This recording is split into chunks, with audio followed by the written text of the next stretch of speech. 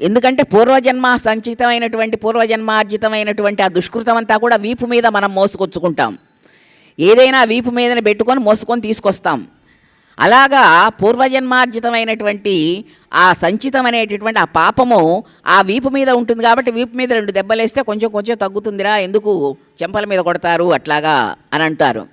మనం ఎప్పుడు కూడా పూర్వజన్మార్జితమైనటువంటి దాని వీపు మీద మోస్తూ ఈ జన్మకొచ్చి అనుభవించి జన్మాంతర సహస్రేషు అట్లాంటి పాపాలు ఏమైనా మిగిలి ఉంటే మనం కాశీక్షేత్రం కనుక వెళ్ళేటట్లయితే, స్వామిని దర్శించేటట్లయితే, అక్కడ మరి పూజా పురస్కారాలు ఏవైతే పెద్దలు చెప్పారో అవి నిర్వహించేటట్లయితే జన్మాంతర సహస్రేషు యత్పాపం పూర్వ సంచితం అవిముక్తం ప్రవిశ్యంచ, అవిముక్త క్షేత్రాన్ని ప్రవిష్టస్య వెళ్ళగానే తత్సర్వం వ్రజతి క్షయం, అవన్నీ కూడా వ్రజతి, తత్సర్వం వ్రజతి క్షయం వ్రజతి.